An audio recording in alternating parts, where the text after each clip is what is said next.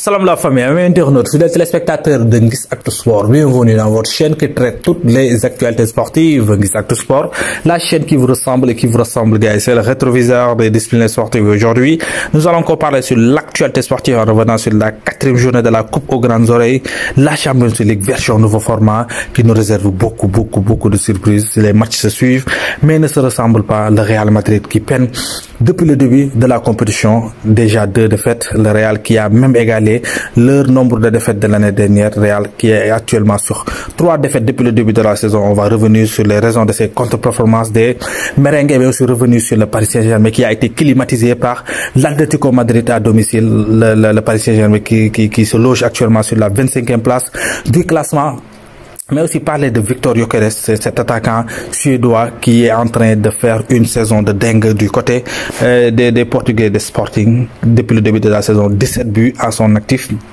Mais le Barça qui continue ses performances, le Barça qui continue à étrier ses adversaires, le Barça d'Hansi Flick, très redoutable avec une attaque de feu composée de Lewandowski, Rafinha et Lamine Yamal, actuellement 37 buts depuis le début de la saison. On va revenir sur ses performances, sur les faits saillants de cette 4e journée. C'est ces sujets qui vont faire l'objet de notre vidéo d'aujourd'hui. Nguiss Actu Sport, top, c'est parti. Après Lille, Real battu par le Milan, ginnaaw ba nga xamee ne ni am na 2 victoires 2 défaites. Real gagné difficilement face à Stuttgart en première journée. 2e journée Lille door ko. 3e journée mu ñëw daal di gagné en une mi-temps équipe bi nga xamee ne ni mooy Dortmund, alors qu'ils étaient menés 2-0.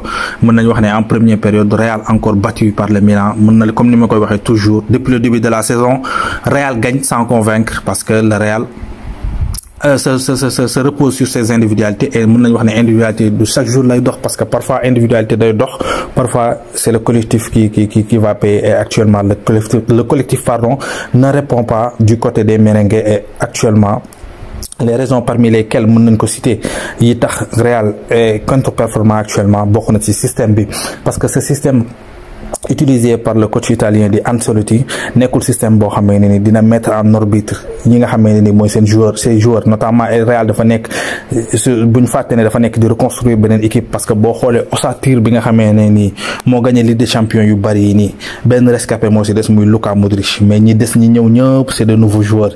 Donc Ancelotti est en train de reconstruire une autre équipe avec aussi l'imprégnation de Kylian Mbappé bi nga xamee ne ñëw na di jouer un nouveau rôle, notamment nekk numéro 9. et mën nañ wax ne poste numéro 9 boobu nekkul loo xamee ne ni adaptation bi dina gaaw. Mais aussi Bellingham qui joue aussi plus bas, mais système bi nekkul système boo xamee ne dina permettre joueurs yi ñu daal di mën a illustrer wu comme il le faut. On a vu si ce match contre Milan, Fede Valverde qui a été sorti en premier mi-temps mu nekk jour boo xamee ni mën naa wax ne équipe dox équipe bañ a dox, moom moo nekk jour bi nga xam ne toujours il fait son match. Et gis nañ ne contre Milan dafa réer carrément.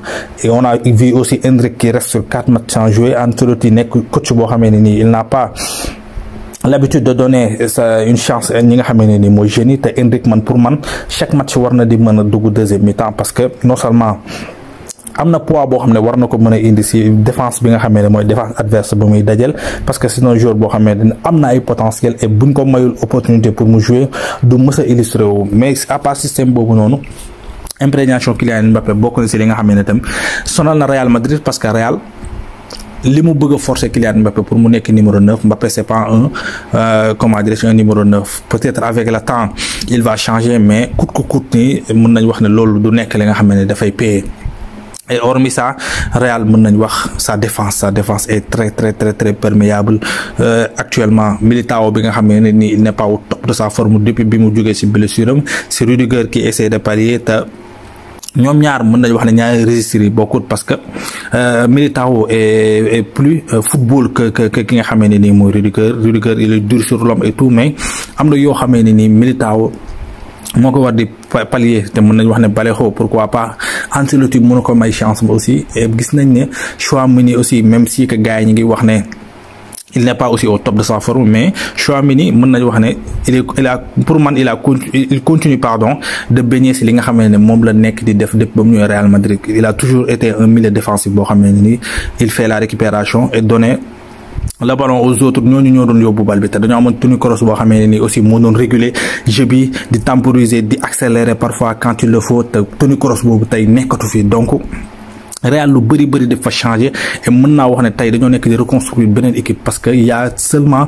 mën nañu wax ne de nouvelles têtes et joueurs yi mën nañu wax ne dañoo ils sont en train comment dirais-je de se connaître et actuellement mën nañu wax ne bokkut ak Real bi nga xamee ne nii même les yeux fermés les joueurs se retrouvaient loolu nekkul li nga xamee ne ni moom moo nekk di dox ak Real et il faudrait que pardon si Ancelotti xoolaat beneen système boo xam ne dina permettre joueurs yi ñu gën a mën a épandre pourquoi pas essayer le 4-3-3 parce que il a beaucoup de milieu de terrain et dans sa tête dafa yaakaar ne milieu de terrain yëpp dañoo war a jouer te loolu nekk na li nga xamee ne ni moo di ko neex parce que 4 milieu de terrain pour moi c'est trop. Bellingham est en train d'être sacrifié mais aussi Kylian Mbappé est en train d'être sacrifié parce que c'est des joueurs yoo xamee ne ni poste yu ñu leen di jouer loo permettre leen ñu mën a illustrer wu comme il le faut.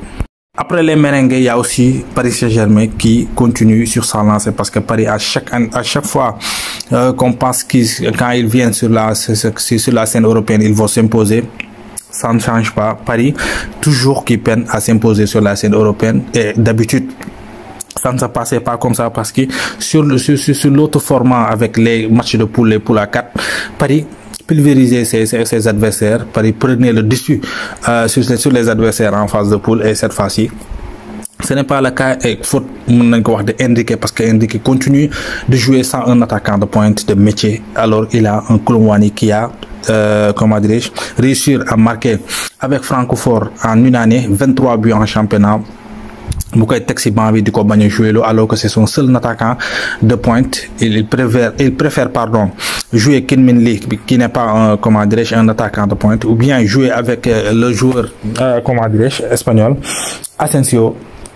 C'est ce qui lui donne pas satisfaction. Paris qui a été gagné hier par Atlético Madrid ñoom ñaar nekkoon ci soxla woon victoire ñoom ñaar et Atlético mën naa wax ne défendre match bi yëpp et dans les ultimes minutes Paris aussi manque d'efficacité te loolu li ko waral mën naa wax ne ñàkk attaquant parce que y a de ces occasions yoo xamee ne nii les Dembélé les Kim-Min Lee ou bien les autres joueurs yi nga xamee ne nii ñoom ñooy concocté 11 Paris bi di occasion yi ñu am di ko raté jour mel ni Koulibaly soo amee chance yooyu noonu daf koy dugal et loolu tax na tey ñu ngi reposer aussi Bradley Barcola bi nga xamee ne nii il ne fait pas le poids sur la scène européenne parce que depuis le début de la saison Bradley Barcola est bon en Ligue 1 mais pas sur la scène européenne en Champions League et loolu taxul et puis tamit le départ de Kylian Mbappé bi nga xamee ne nii tout le temps bu Paris nekkoon ci yenn situation yi moo leen si doon génne Paris loolu tax na tey ñu ngi logé aussi li nga xamee ne mooy 25e place et Paris n'a même pas les chances pour jouer li nga xamee ne nii mooy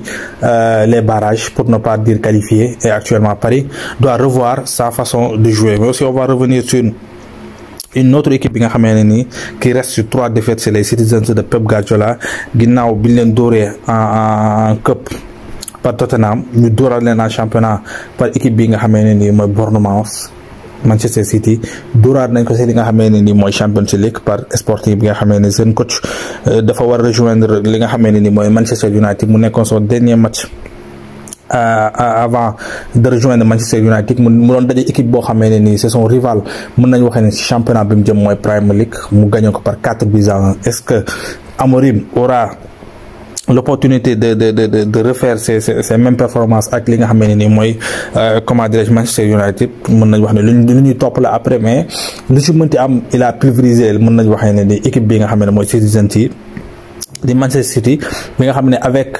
sans De Bruyne sans Rodri mën nañu wax ne City n'est rien parce que City actuellement peine et mën nañu wax ne loolu c'est si année yi passé City amul doon woon am problème boobu parce que les joueurs étaient interchangeables mais City avec Rodri et City sans Rodri c'est pas la même chose parce que à chaque fois que Rodri nekk ci terrain bi City mësul perte mais match yi nga xamee ne nekk fii yëpp parfois dañuy manquer milieu défensif boobu nga xamee ne ni moom mooy baliser li nga xamee ne mooy milieu terrain bi et actuellement City reste sur 3 défaites consécutives mais aussi on va parler ci Sporting boobu noonu nga xamee ne moo gagné City avec un joueur qui est en train de faire une saison stratosphérique c'est le Suédois l'attaquant suédois Viktor Gyökeres. Je vous avais parlé de lui dans l'une de mes vidéos et je vais encore parler de lui parce qu'il a été non seulement élu homme du match face au Manchester City, triplé mën nañ wax ne le dugal boobu le crack suédois, auteur de 66 buts en 67 matchs avec Sporting. Ça montre que c'est très fort avec cet attaquant bi nga xamee ne ni depuis le début de la saison il a marqué 18 buts en toutes compétitions confondues,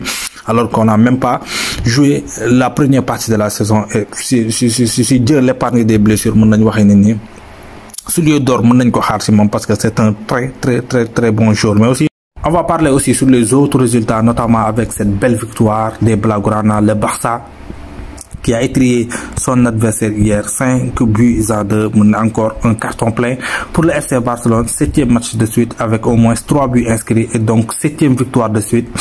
Doublé de Robert Lewandowski en but et 2 passes décisives pour Rafinha, 3 passes décisives pour Jules Koundé, le français. Les Catalans rentrent dans le top 8 de la Ligue des Champions. 16 matchs pour le trio magique Lewandowski, Rafinha et Lamine Yamal. 37 buts, 21 passes décisives pour ce trio magique. C'est très fort pour le Barça d'Hansi Flick. Mais aussi on va revenir sur les clubs allemands qui peinent à enchaîner les bonnes performances avec Leipzig qui reste sur 4 matchs de Champions League, 4 défaites gagnées par 3 buts à 1 contre Celtic. Leipzig qui a été encore gagné par Liverpool 1 but à 0, gagné par la Juventus 3 buts à 2, gagné par l'Atlético 2 buts à 1. Il se passe quoi avec Leipzig? Bayern Munich qui renoue avec la victoire après 2 défaites consécutives en Champions League. La meilleure équipe d'Europe qui est aussi le bourreau, comment dirais-je, des équipes allemandes, parce que Liverpool, les Reds de Liverpool, les hommes d'Arne Slot, leader de la Champions League, leader de la Premier League, ont étrié l'équipe de Xabi Alonso, le champion allemand, entraîné par l'ancien des Reds de Liverpool. 4 matchs, 4 victoires en Champions League pour les hommes d'Arne Slot. Mais aussi ce nouveau format fait l'affaire des clubs français, parce que les clubs français actuellement ont 2 représentants sur le top 4 avec Monaco en 3e place, Brest en 4e place, Lille qui compte actuellement 7 points, barragiste, mais aussi les Monégasques qui comptent 10 points sur 12 depuis le début de la compétition. Les Monaco actuellement 3e du classement. L'AS Monaco s'offre à Bologne. Quel parcours. Thilo Kehrer a arraché la victoire d'une tête sur corner. Les Monégasques comptent 10 points sur 12 et c'est quasi les barrages assurés. Et quel plaisir pour les clubs français. Actuellement le classement de la 4e journée de la Champions League. Après 4 journées, les clubs français sont bien placés, hormis le PSG.